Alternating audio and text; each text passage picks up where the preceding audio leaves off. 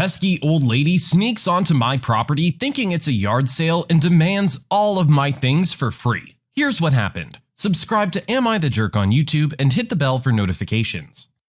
Everyone knows the cost of plywood is sky high right now at around $70 to $80 per sheet. The roofers just finished removing all the old shingles and installed underlayment. They all left for the day and will be back tomorrow to install the shingles after the inspector checks the underlayment and one required row of installed shingles. I hear my doorbell ring, then someone pounding on my door continually like it's an emergency. I answer it thinking it would be the inspector or an emergency. Instead, it's two old ladies in their 60s and an old Cadillac parked behind my car in the driveway. They asked if they could have the sheets of plywood stacked behind the tree. It's not a trivial amount they were asking for. I explained the roofers haven't finished the roof yet, and what isn't used they'll be taking back. They looked surprised that I'm having roof work done, even though they're literally standing right next to a 20-foot dumpster by my front door filled with old torn shingles. I mean, they had to walk around the dumpster to bang on my door. Then one of the women said, "Can you give us 2 sheets? We're not using all of them. We want to build a porch." The audacity put me on my heels for a moment, but I was kind to them because they claimed to live a block away, and I just moved in 2 months ago. Again, I politely said that they couldn't have any of my plywood, but Home Depot has plenty for sale. They said, "Home Depot wants like $80 a sheet though." To which I replied, "I know. That's how much the roofing company charged me per sheet." That seemed to shut them up and they started walking back to their car. I have a fake cat figurine near my front door. It's quite lifelike at a distance. Then the brunette turned around and asked, "How much for the cat figurine?" At this point, I'm starting to get upset with their pushy behavior and treating my property like a flea market. I say, "Sorry, it's not for sale. Have a nice day," and close the door. I watched through the peephole to see them drive away and thought that was the end of the bizarre encounter. Later that night, as I'm leaving to go to the convenience store, I see a sticky note on the window of my project car in the driveway that reads, "Wanted to buy car," with a phone number. They must have come back at night when I was at the store. WTF? My fake cat now lives next to the back door. I moved all the lumber to the backyard and will be setting up security cameras. I don't have time for jerks coming onto my property and thinking stuff's just free.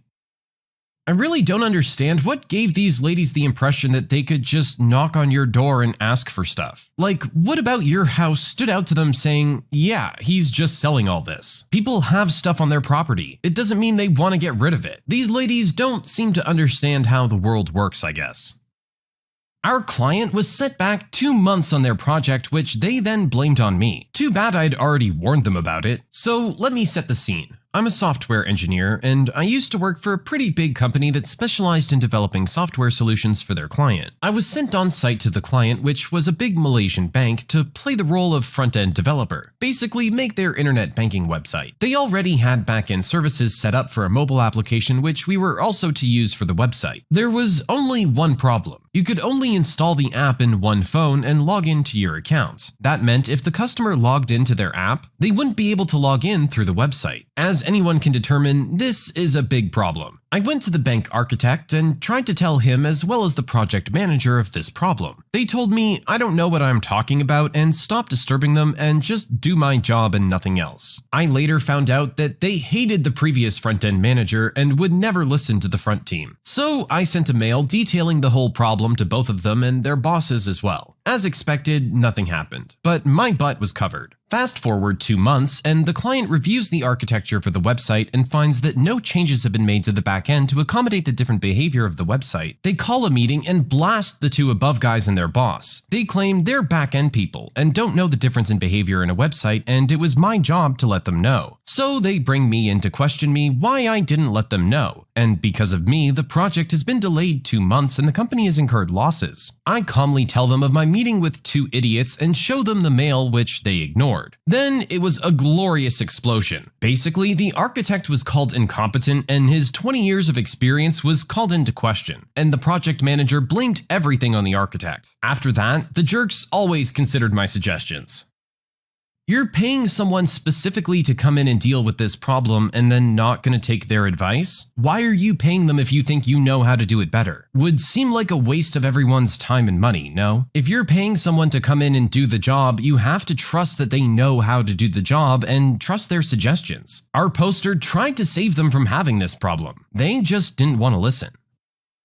I kicked my sister out on the streets because she was complaining about my violin playing. I, 30-year-old female, am a musician, playing gigs and at an orchestra as a violinist. Rehearsals just resumed, so orchestra is my main source of income at the moment. My sister, 26-year-old female, is a social worker, working 3 days a week, so minimal income, but she adores her job. I live in a small 2-bedroom apartment, both rooms around 9 to 10 square meters, using the second room as a practice room and storage for my instruments. 3 violins, 2 guitars, a digital piano, a small drum kit, and some other stuff. 4 months ago, my sister broke up with her boyfriend, and I offered her my spare room, temporarily. I moved most of my stuff to the living room so I could fit a small bed in there. Sis moved in, but she asked me to move more stuff to the living room. I pretty much moved everything sans the piano, to the point where the living room became uninhabitable. She then started complaining about my violin playing, saying it gave her headaches. I told her I couldn't stop the daily practice without risking my only steady income. The arguments got worse. She told me to play only when she wasn't home, but with her work schedule, I couldn't afford that. I tried switching to the electric violin, but even that can be pretty loud, so it didn't help. Several times I reminded her that this was only a temporary arrangement, but she didn't seem to hear me. 2 weeks ago, I arrived home to find my piano in the bathroom, near water and humidity, all because my sis needed space for her new double bed. When I told her she can't seriously expect me to store my piano there, she said, "Yeah, well, you'll just have to sell it, I guess." I got so mad at her that I told her she has 7 days to leave, but she didn't take me seriously. For a week, I only talked to her to remind her how much time she has left, but she always just laughed it off and told me to stop acting like a crazy person. When the deadline came, I boxed up all her stuff while she was at work, booked an Airbnb bedsit close by, and drove her stuff there. She was livid, but couldn't do anything but take her new keys and stay there. The following week, she kept calling me with an increasingly apologetic tone, saying she shouldn't have moved my piano or bought a bed. She promised she would put more effort into finding a new place, and by the end of the week, I considered most of our issues at least addressed. So I drove to help her move back. But when I was carrying the first box down, she went, "I do hope you'll at least stop with the violin this time. I absolutely refuse to take any more of that effing violin." I dropped the box, wished her good luck, and left. Now, 2 days later, on one hand, it feels like a big overreaction to leave my own sister literally homeless because of an argument about the violin. I know she can't afford to stay at the Airbnb, but on the other hand, I have no plans to allow her back here, because I feel she would just continue crossing boundaries and never leave. So, am I the jerk here? Your sister is very clearly the jerk in this one. You've offered her a place to stay and made a lot of accommodations to let her have a second room. There are some things that you just have to live with in that situation. One of them being that you're a violinist. I understand how that could get annoying day in and day out, but in that situation, you suck it up, because this is your alternative, a place that you can't afford long term. Like they say, don't bite the hand that feeds you. Doctor's office doesn't want to take my phone number off their information, so I start scheduling them a lot of appointments. My friend moved to a new home in college and got a new phone number. After a few months, he started getting phone calls from pregnant women who wanted to schedule an appointment with their gynecologist. After several such calls, he found the actual gynecologist and contacted their office. It turns out that they had new stationery and cards printed, and all of them had a misprint on the phone number, listing my friend's number instead of theirs, which was very close in number. My friend, being a decent person but a college student with no money, told them that if they just paid the phone company's change fee, they could have his number. They said that, oh no, he would have to pay it, and he would have to give them his number, and they were still using the new, incorrect stuff, and intended to keep giving it out. He said, "No, I'm a poor college student," and that was the end of the discussion. A few more days of this went by. He called them again, and they still demanded he pay to give them his phone number because of their mistake. He said, "I guess you're gonna have to pay for all new stationery and cards and contact every single one of your patients and tell them your error." They laughed at him and he hung up. After that, when someone called to make an appointment, he'd make an appointment. They could just show up expecting to be seen, and the doctor's office could deal with the angry pregnant woman. After a few weeks, when the appointments started happening, suddenly the office called and wanted to pay the change fee. Imagine that. He's a nicer person than me, and he let them have it. After their initial treatment, I'd have demanded that they get all new stationery and cards and call each and every one of their patients to tell them not to call me, and let them know that I'd be informing the police of the phone harassment resulting from their actions if they didn't do it. But hey, I guess I'm just a jerk like that. No, I probably would have done the same thing. Your friend definitely let them off easy on this one. Honestly, if you've made a mistake like this, you have to address it as a business. You can't be letting your clients call some random person. They have a lot of potential to screw with your business, like our original poster's friend did. It's just not worth it, and at least don't make an enemy of that person. It's not gonna end well for you. My roommate yelled at me for getting a cat after she moved out. My friend, 24-year-old female, was a recent roommate and moved out of state to pursue a job. She was allergic to cats. I had always had pets growing up and wanted to have one again. We had some outdoor cats that I often fed and always liked to pet. I never let them in while my roommate lived there. The week she left, I let one in, and the cat was so happy. I had to help him out. I gave him a bath, got him fixed, and he's now a very pampered prince living mostly inside with me. She was going to come back in 2 weeks to pick up the last of her things, but I promised myself that I would clean up before she came and vacuum as much of the cat hair as possible. Not that he sheds that much. I did not tell her I was getting the cat. I had an incredible 2 weeks with the cat. Before she came back, I gave the cat to a friend to watch over so there wouldn't be any extra dander in the apartment. Mind you, I kept my roommate's door closed so the cat would not go in. She comes back, and if you've ever had a cat, you know there's always a slight smell and slight dander.